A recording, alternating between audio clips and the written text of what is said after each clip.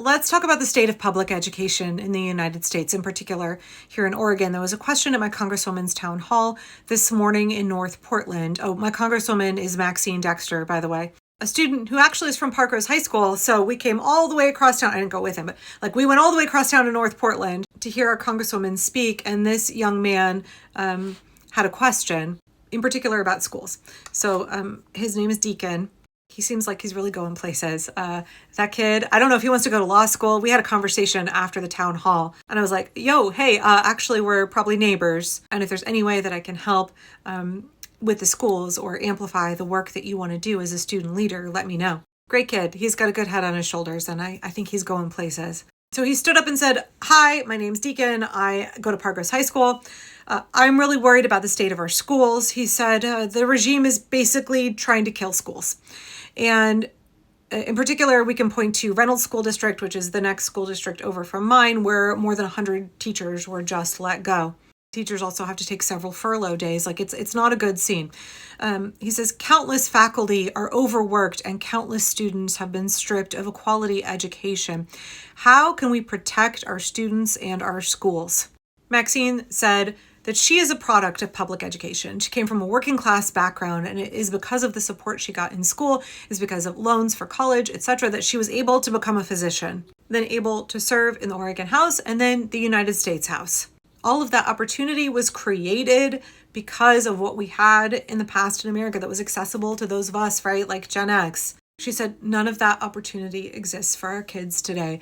I know that she has 2 children. And when she says things like that, it's hard to hear if you're a parent, but I think she's completely correct. It's really hard to hear that the opportunities we had have been taken away from our kids by the Republicans, by billionaires, by greedy, terrible people who want to make this country less than. They want to regress us. They want to take us backward to a time when we were far less prosperous, when we all struggled more, when the class divide was stronger, when the wealth of this nation was held by the few and the rest of us had to toil so much harder and so much was deprived of us. Donald Trump has no intention of making America great again. And I hope that more and more Republicans are coming to see that. More Trump voters are coming to see the reality that he never intended to make America great for working class people, ever. It's all about the grift. It's all about the gold-plated Oval Office. It's all about spending taxpayer money, remodeling bathrooms and gilding fucking toilet paper holders. It's all about throwing $3.4 million Great Gatsby-themed Halloween parties the day before you cut off SNAP benefits to 42 million Americans. It's the Gilded Age, right? Donald Trump wants to rub it in our faces that he can do whatever he wants with our taxpayer dollars and we just have to take it. That's the future that Donald Trump wants.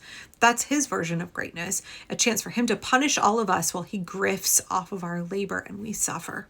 And part of that is depriving our children of a quality education. Part of that is depriving our children of the chance to learn, to advance themselves, and to procure for themselves a good career and a good quality of life. I know I've talked about this before. My eldest child's entire career path went poof because of Donald Trump. Basically all of the jobs. There used to be tons of job listings, and Donald Trump and Doge fired everybody, and now they're good luck getting a job with the Army Corps of Engineers. Good luck getting a job in Fish and Wildlife. So sorry for my own tangent, my own commentary there. You know, I got to add my own commentary. I can't help it. So getting back to what Maxine said, she said, what is happening right now is a total failure of our government. It is a failure of government to do right by the people. And this is a point that I really want to drive home. I really want you to pay attention to how Maxine described the problem with public education funding in Oregon. Because I know that people are tempted to say it's a state level problem and the reason that we're laying off teachers is because we don't fund our schools enough. And while that is very true, right? Our teachers, I don't say that just because my husband's a teacher, our teachers should be far better compensated than they are. Our schools should be far better funded than they are. By the way, that was the first time I'd been to Roosevelt High School. I don't usually go out to that part of Portland. And wow, that's a beautiful building. I think it was built in 1922. Okay, anyway, hear what Maxine had to say. She said, they laid off 100 teachers at Reynolds because our state doesn't have the resources to pay teachers what they should. And that's because, unlike the federal government, Oregon has to balance its budget. The problem that we're running into right now is that resources from the federal government, our taxpayer resources that should be coming back to our state right now are not, right? Maxine didn't say this, but I'll say it.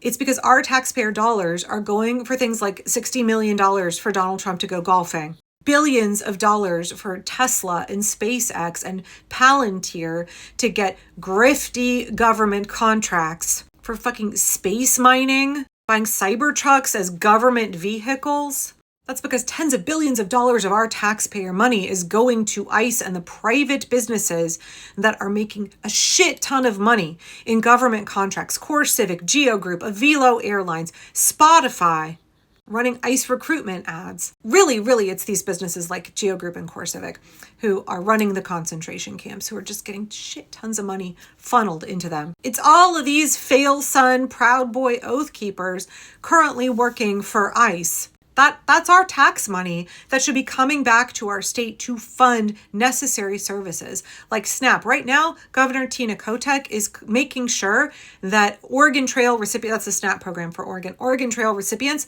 have their cards recharged because the federal government is failing to do their job. They are failing to fund the things that our taxes are supposed to cover. So Maxine's whole point here is that because Oregon has to balance their budget, when the federal government is not sending in funds like they are supposed to, that means we have to take that money from our coffers. That means less money for other programs that should be funded on a state level. It is a systemic failure of government on so many levels, right? The federal government should be doing things like funding housing, universal health care, addiction medicine treatment, education, but they're not.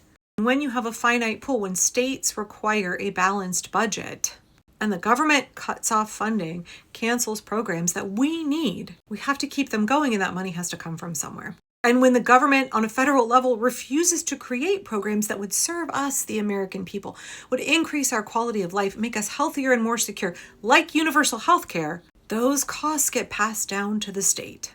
And I appreciated that Maxine was honest about the fact that it's really expensive to live in Oregon. When we moved back to Portland 17 years ago, we were not able to be able to afford to live here realistically. We almost moved back to St. Louis because we couldn't afford to live here having medical debt for one of our kids. The cost of living in Portland, it was not sustainable. And that's one of the main reasons that we ended up accessing a food bank for quite a while. This is a very, very expensive part of the country.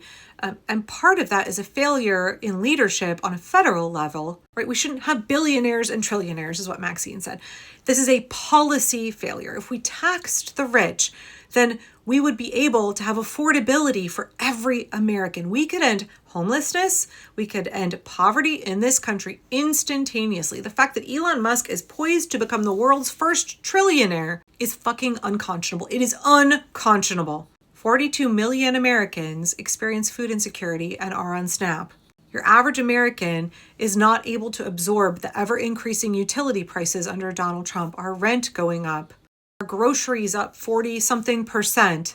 We can't absorb all of that, and the billionaires are just getting fucking richer and richer and richer. That is a policy failing. We should be taxing the rich, and I completely agree with Maxine. I think we should have a wealth cap in this country. It's only sensible. Why is it that 300+ million Americans are struggling so that a couple hundred incredibly rich fucks up here can remain untouchable, hoard their money up here while we all struggle? Money that they made by exploiting us, exploiting the planet, having sweet, sweet government contracts of our taxpayer dollars, refusing to pay us a living wage, accepting all kinds of corporate welfare, like Walmart accepting billions of dollars of SNAP money every month. Airline industries taking billions of dollars in bailouts on the regular, and yet we don't have money for our children and our schools. If we don't care for our children's needs first, we are hamstringing ourselves as a nation. We've got to invest in our kids, not in billionaires. Who the fuck needs to be investing in billionaires, simping for billionaires? No, it's our children.